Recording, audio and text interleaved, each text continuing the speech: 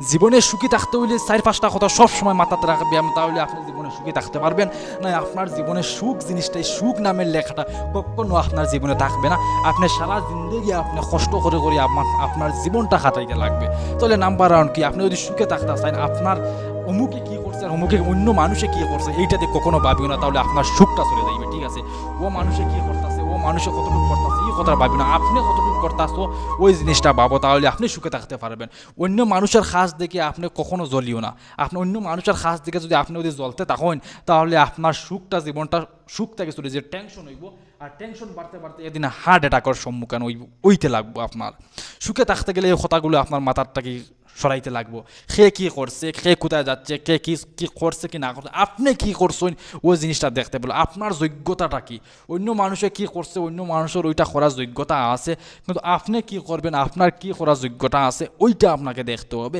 আপনার যোগ্যতা হিসাবে আপনি চলতে হবে। অন্য মানুষের যদি যোগ্যতা হিসাবে আর অন্য মানুষের কী করছে ওই জিনিসটা থেকে যদি আপনি যদি জ্বলতে থাকেন, তাহলে আপনি কখনো সুখে থাকতে পারবেন না। সুখে থাকতে গেলে অন্য মানুষের দিকে কখনো চাইতে লাগবেন। আপনার নিজের লক্ষ্য কিন্তু সামনের দিকে, আপনার নিজের লক্ষ্য দিয়ে আপনি যাইতে হইবে, তাহলে আপনার সুখটা আপনার কাছে হইব। আর যে আপনাকে ছেড়ে গেছে ওর পিছনে পিছনে যদি আপনি যেতে চান, কিন্তু আপনার সুখটা চলে যাবে।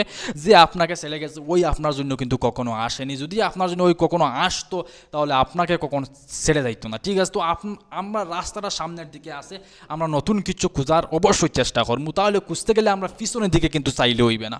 পিছন দিকে চাইলে কিন্তু আপনার সামনের রাস্তাটা ক্রসিং হয়ে যাইবে, আমরা কিন্তু সামনের রাস্তাটা আমরা বুলিয়ে যাইতাম পারবো। ও কারণে আমি একটা কথা কইতাছি, আমরা রাস্তাটা সামনের দিকে আমরা পিছনের দিকে চাইতে হইলে, সুখ খুঁজাইতে গেলে অন্য মানুষের উন্নতি দেখে আমরা কখনো জ্বলতে হইব না। যদি আমরা অন্য মানুষের উন্নতি দেখে আপনার যদি জ্বলন হয়, তাহলে বুঝবো আপনার লাইফটা অনেক কষ্ট রইব, আপনার লাইফে কখনো সুখ হইতো না। কারণ অন্যর জিনিস দেখে যার শরীরও জ্বলে, তার লাইফ কোনোদিন সুখের হয় না। তাহলে আপনি কী করছেন, আপনার কি আছে, আপনি কি করতে পারবেন, বা ভবিষ্যতে আপনি কি করবেন, ওইটার উপরে ডিপেন্ড করবো আপনার সুখটা।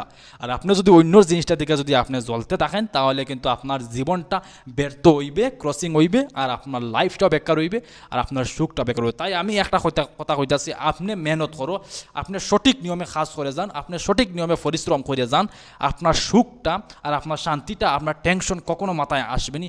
আর আপনার ভগবানের যে জিনিস দিয়েছেন ভগবানে আপনাকে যতটুক দিয়েছেন অতটুক নিয়ে সন্তুষ্ট থাকুন, আর অতটুক নিয়ে আপনি খুশি থাকার সবসময় চেষ্টা করবেন, তাহলে দেখবেন আপনার সুখ আপনার কাছে থাকবে। আর অন্য মানুষ জিনিস দেখে তো আপনি জ্বলতে থাকেন, পুড়তে থাকেন, তাহলে কিন্তু আপনার সুখটা ওই রকম পুড়ে ছাই হয়ে যাবে। আমার কথাটা আপনি হয়তো বুঝতে পারছেন। অন্য মানুষের জিনিস দেখে আমাদেরকে জ্বলতে হবে না, যদি আপনি সুখে থাকতে চান।